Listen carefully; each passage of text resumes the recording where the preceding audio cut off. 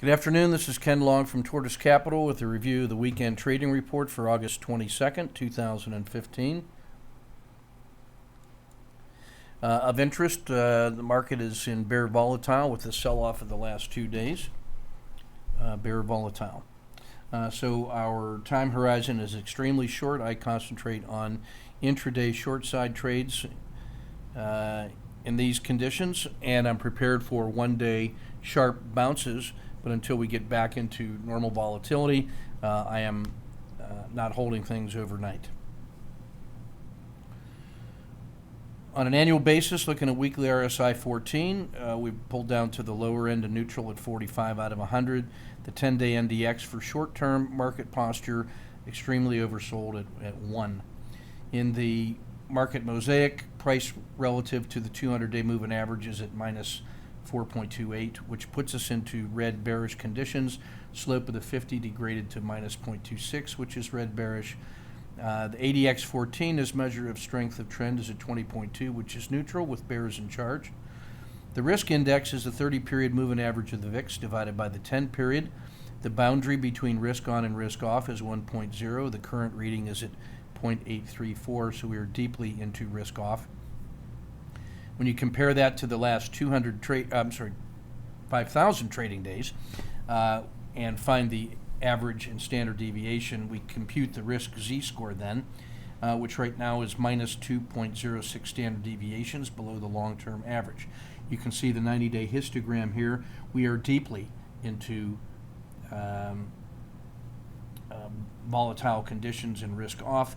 When this rolls over, and we get a couple days of improvement, this becomes a sweet spot for long side swing trade opportunities, and so we will be looking for that change in seasonality. But right now we are deep into risk off. But the fact that we're at minus 2 standard deviations is an alert that this is indeed an extraordinary couple days of selling relative to the previous 30.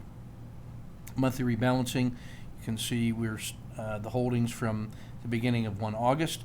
These are the current leaders in the various portfolios based on the close at Friday. Treasuries, utilities, healthcare, short-term bonds, real estate, you notice, dominating that discussion. In ETF2, the theoretical exposure in the model is at 0%. The portfolio model is at 70% exposed with stops in place. This is the blended monthly rebalancing recap for a number of the portfolios. You can see the pain everywhere. Treasuries and real estate are at the top. Treasuries, utilities, and short-term bonds at the top in ETF 32. The only ones on a buy signal. In ETF Max, you'll see a lot of rotation into bonds and interest-generating symbols here. In the S&P 500, there's something I want to show you first. We'll come to the sort. We'll come back to this one. This is the current reading. I want to go back to last week and show the following. This is evidence that supports one of my favorite sayings about from extreme conditions come extreme results. So these were the top 20 in the or so in the blended monthly rebalancing for the S&P 500 last week. Based on their blended score. This is their performance over this past 1 week. Now, the way we color code these, if it's white or yellow, it's within plus or minus 1 standard deviation of the S&P 500's performance. If it's red or green, then it was more than 1 standard deviation better or worse than the S&P 500. So if it's in the red, like we see Netflix and Under Armour here, these are things that have lost more than 1 standard deviation compared to the S&P 500, and that means they're among the worst 15% performers in the S&P. Conversely, if it's green, this is something that was exceptionally high performing compared to the S&P 500. And so I want you to notice just how many were in the red and the yellow compared to their peers. And so these high flyers experienced a lot more selling than the rest of the S&P 500 population. That's because I believe that we have people who had large winning positions that had enjoyed the run up and were quick to start taking their profits, which generates additional selling and added volatility, gets you these extraordinary results at the ends of the fat tail. And so my general advice on all these, as always, is to focus on the extreme tails, be prepared to capitalize on the continuation of the current momentum, which put them way up at the top, but recognize that when it stops working, it really stops working fast. And oh, by the way, this also gives you an opportunity to trade the other side of the trade because of the excess volatility going in the direction of the market. So we get rewarded by paying attention to the extreme tails, and I like to think of that as fishing in the fat tails of the distribution, but always with my life preserver and recognition of just how fast the sea can change. So having said that, let's come back to this week's sort. And now notice that Netflix still retains number one position because of that powerful blended score, but it was down 17% for the week, 5.5% for the month. Under Armour in sixth position, -10, -6. So these that are in the red, that are all green but in the red on 1 week, are ones that I'm looking for either a continuation of the downward momentum as people try to lock in the remainder of whatever profit they still have, or a rebound should the market suddenly decide to get better and people see this as an opportunity to buy quality on sale. So I've been looking at Facebook, Electronic Arts, Under Armour, and Netflix very near the top of my list. Now, those that are green across the board, like D.R. Horton, Coca-Cola, Tico Energy, Reynolds, Kraft, Altera, these are all that are green across the board, are ones that have lost the lease and might therefore be postured for some additional capital should the doldrums continue. Okay, moving on. Market health check now. I've adjusted fair value down now to the middle of the dragon, which is at the bottom of the river. We have now pulled back just slightly over 5% from that recent swing high. How things change. Notice we're underwater now, under the 200 period moving average. We've moved as wide as the floodplain was. That's how far we've fallen in 2 days. Mother Market reminding us who she is. You'll notice the slope of the 30 has drawn all the way down to here. That's this sine wave. It reached a peak, a local peak up here at about plus 0.14. It's now down around minus 0.19. Historically, when that slope gets to a negative 0.22, it is really extreme. It's more than one standard deviation worse than the long-term historical average.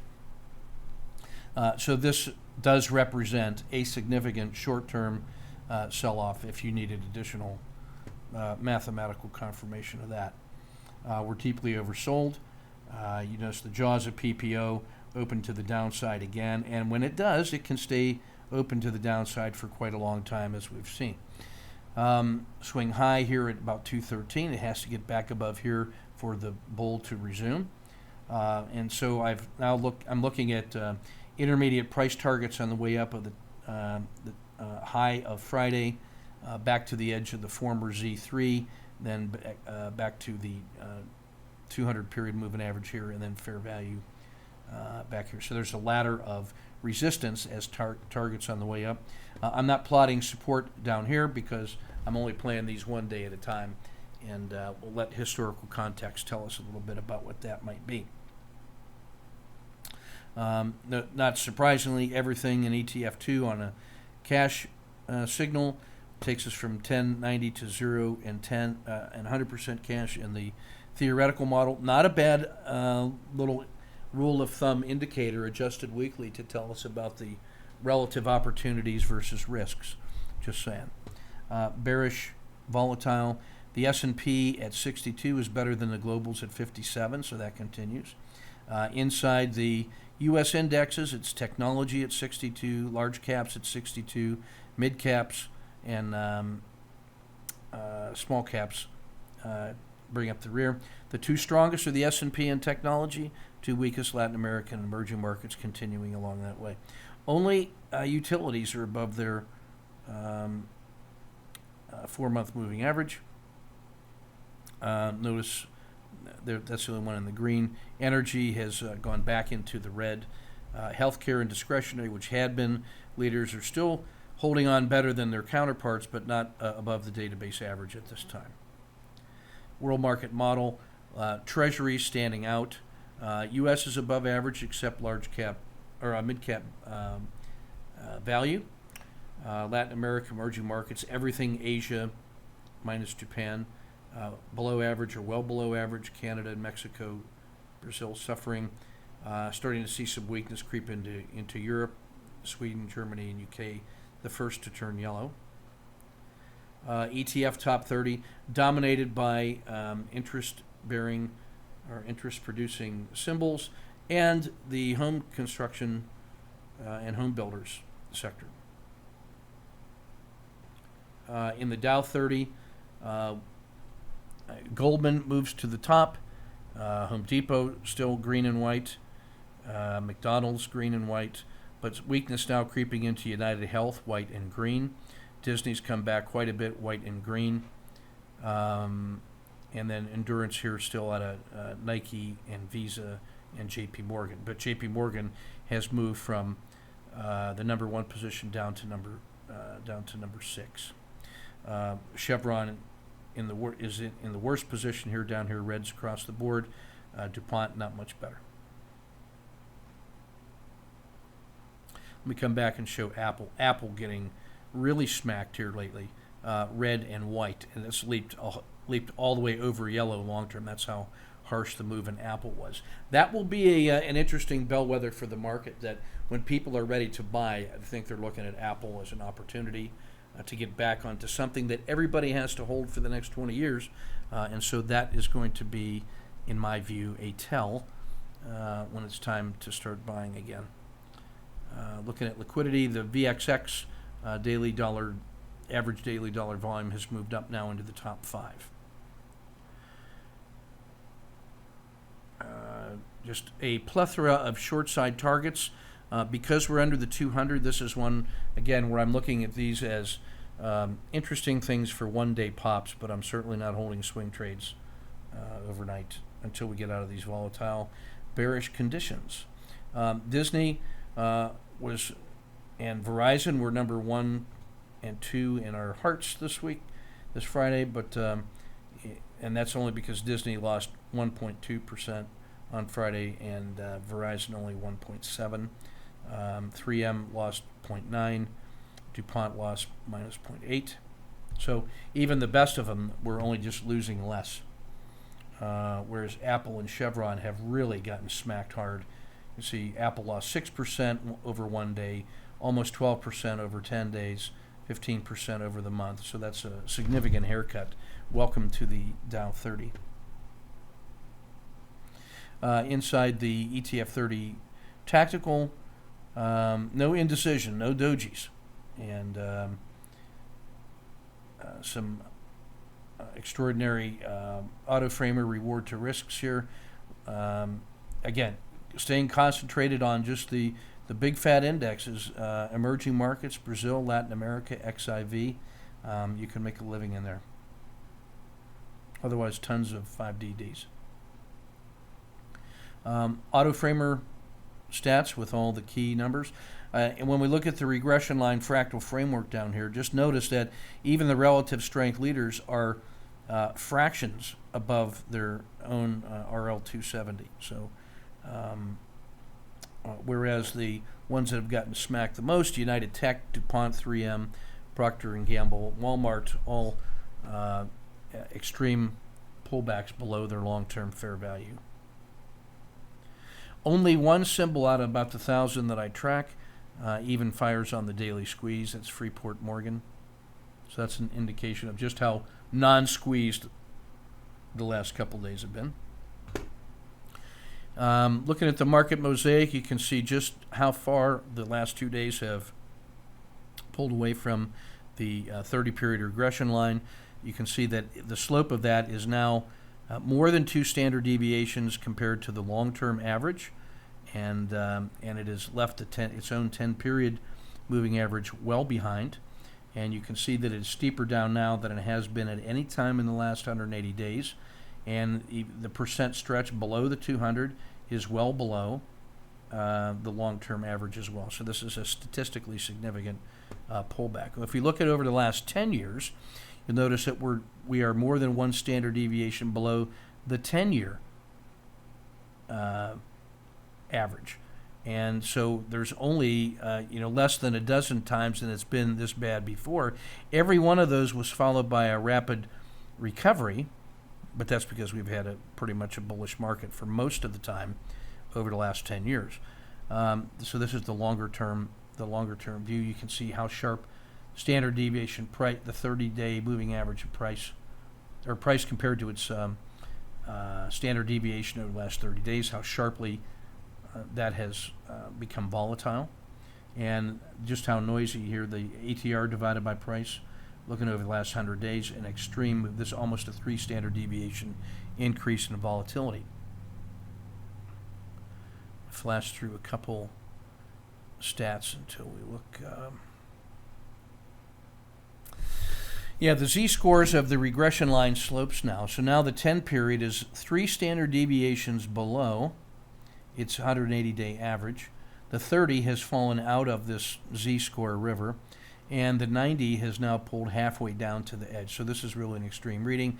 You can see how this choppiness of the last 180 days just really cracked, and now we're testing these support levels down here, 5% sell-off from the swing highs, and now everybody's looking to their left and right to see who's going to be first to step up.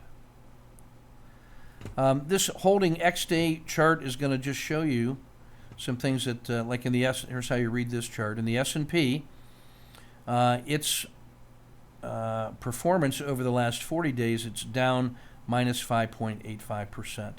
That's a z-score of -1 when you look at the long-term historical performance. The average 40-day holding period returned 1.34% in the S&P. And the best it's ever done in 40 days is 34%. The worst it's ever done is minus 37%. And that minus 37% was almost 6 sigma move. And so in perspective, this minus 5.85%, it comes in at a z-score of -1. The 20 period, it's also a -1 z-score. It's down 4.5%. Over the last 10 days, it's down 6.17%. That's almost 2 sigma adverse.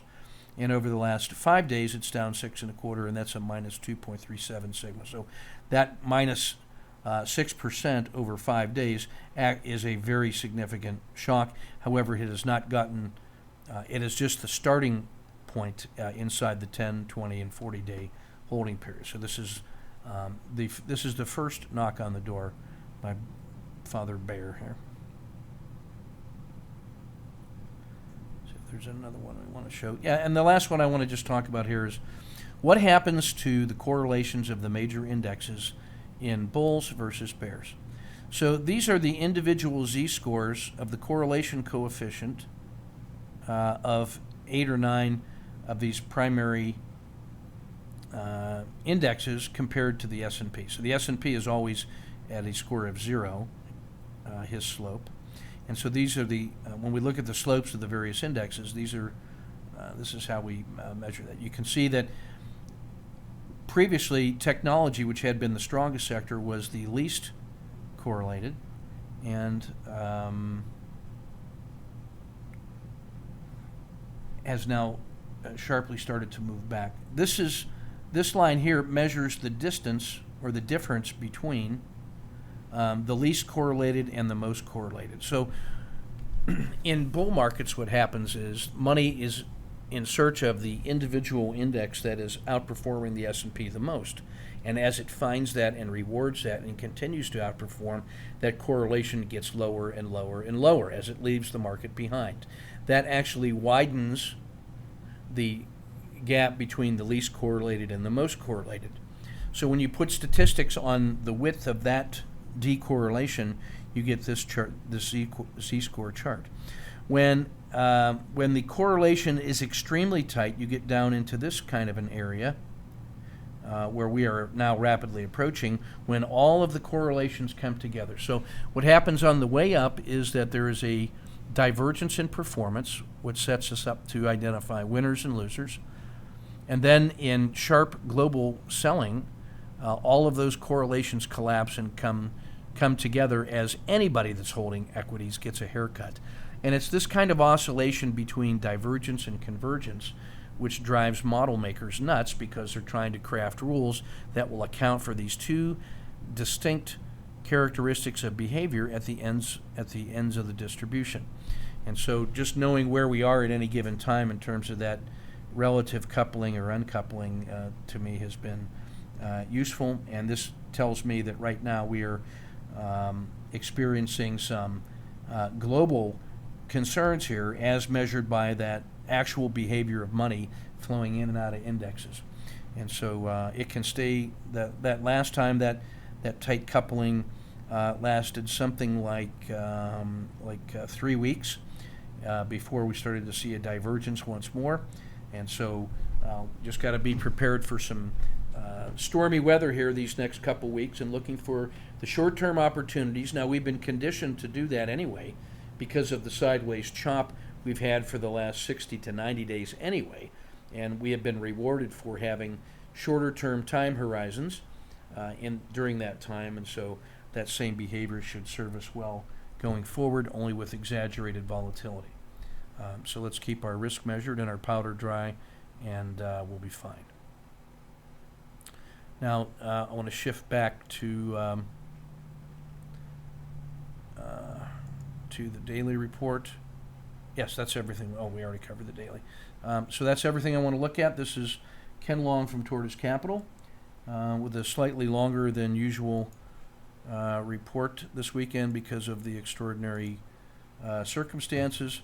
Just keep this chart ever in mind about where we are inside of the volatility regime, and use that as a guide towards sorting out the difference between the turning points and noise. So here we are in the red Niagara, and thinking about how to trade that, and then thinking about the next category on how to start trading this rebound as volatility begins to decay, when it turns out the world in fact is not ending.